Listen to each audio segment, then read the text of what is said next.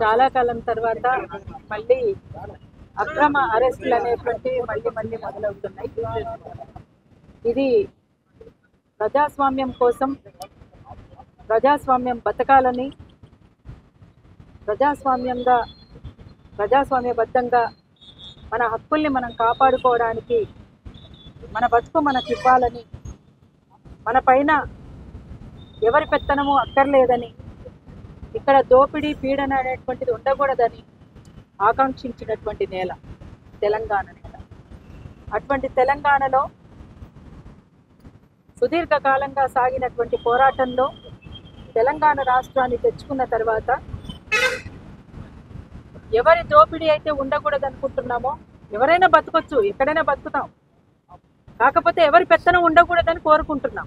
అది మన అస్తిత్వం, తెలంగాణ అస్తిత్వం. అది తెలంగాణ గడ్డ మీద ఎన్నో పోరాటాలు చేసినటువంటి చరిత్ర ఉన్నది, ఎన్నో విజయాల్ని చూసినటువంటి చరిత్ర ఉన్నది, వీరోచితమైనటువంటి పోరాటాలు జరిగినటువంటి పరిస్థితి ఉన్నది.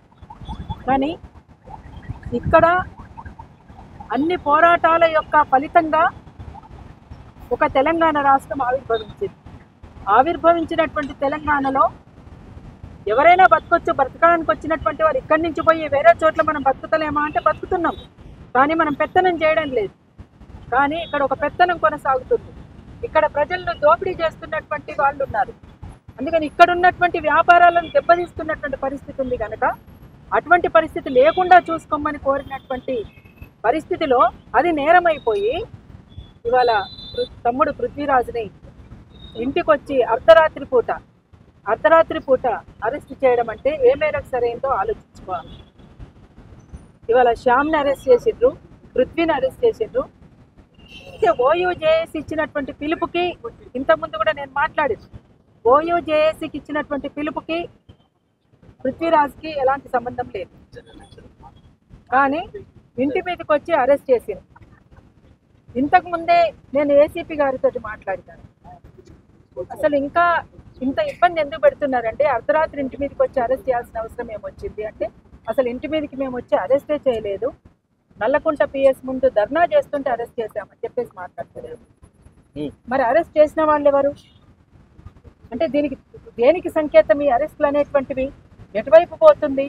ఇవాళ ఇంత పెద్ద ఎత్తున తెలంగాణ ప్రజల్ని తిడుతున్నటువంటి వాళ్లను ఏమీ చేయకుండా, ఏమీ పల్లెత్తు మాట అనకుండా, తెలంగాణ అస్తిత్వాన్ని, ఆత్మగౌరవాన్ని కాపాడుకుందాం, తెలంగాణ ప్రజల్ని అవమానిస్తున్నటువంటి చోట తెలంగాణ ఆత్మగౌరవాన్ని నిలబెడదామనేటువంటి ఉద్యమకారులని అరెస్ట్ చేయడము, అందులో అర్ధరాత్రి పూట అరెస్ట్ చేయడము, అరెస్టు చేసి సాయంత్రం దాకా పోలీస్ స్టేషన్లలో కూర్చోబెట్టడము, ఇది మానసిక వేదన, మానసికంగా హింసించడం అనేటువంటి దానికి నిదర్శనం. దీన్ని ఎటువైపు దారి తీస్తుంది ఇవన్నీ కూడా. అందుకని అంతేకాకుండా పృథ్వీరాజ్ భార్య వాళ్ళ ఊరికి పోయి వాళ్ళ కుటుంబ సభ్యుల్ని వేధించడము, ఇంత టెర్రరైజ్ చేయాల్సినటువంటి అవసరం ఏమొచ్చింది? ఈ రకంగా మీ చర్యలు ఇట్లా ఎందుకున్నాయి అనేటువంటిదే మా ప్రశ్న. ఇప్పటికైనా మించిపోయింది లేదు. ప్రభుత్వం వెంటనే స్పందించాల్సినటువంటి అవసరం ఉంది. ప్రభుత్వం స్పందించి ఈ సమస్యను పరిష్కరించే దిశగా ఆలోచించాల్సినటువంటి అవసరం ఉంటుందని చెప్పేసి భావిస్తున్నాము. తెలంగాణ యునైటెడ్ ఫ్రంట్గా మేము ఒక స్టేట్మెంట్ కూడా ఈ విషయం పట్ల ఇచ్చి ఉన్నాము. అందుకనే తెలంగాణ యునైటెడ్ ఫ్రంట్ నుంచి మేము కోరుతున్నటువంటిది ఏంటంటే, ప్రభుత్వము, మేధావులు, కొంతమంది హక్కుల సంఘాల వాళ్ళు అందరూ కూర్చొని ఒకసారి అసలు ఈ సమస్యకు ఎట్లా పరిష్కారం చూపుదాం, ఈ సమస్యను ఎట్లా పరిష్కరిద్దాం అనేటువంటి దానిపైన తప్పనిసరిగా వెంటనే ఇది కూర్చోవాల్సినటువంటి అంశంగా ఉన్నది. లేకపోతే ఇది ఎటువైపు పోయి ఎటు దారి తీస్తుందో అర్థం కానటువంటి పరిస్థితిలో ఉంది.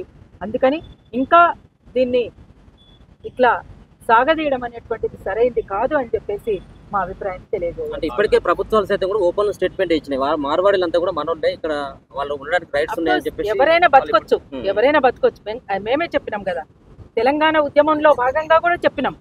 తెలంగాణ ఉద్యమంలో భాగంగా కూడా మనం చెప్పింది ఏంటి, ఎక్కడి నుంచి వచ్చైనా ఎవరైనా బతకొచ్చు, ఇక్కడి నుంచి ఎక్కడికైనా పోయి బతకొచ్చు.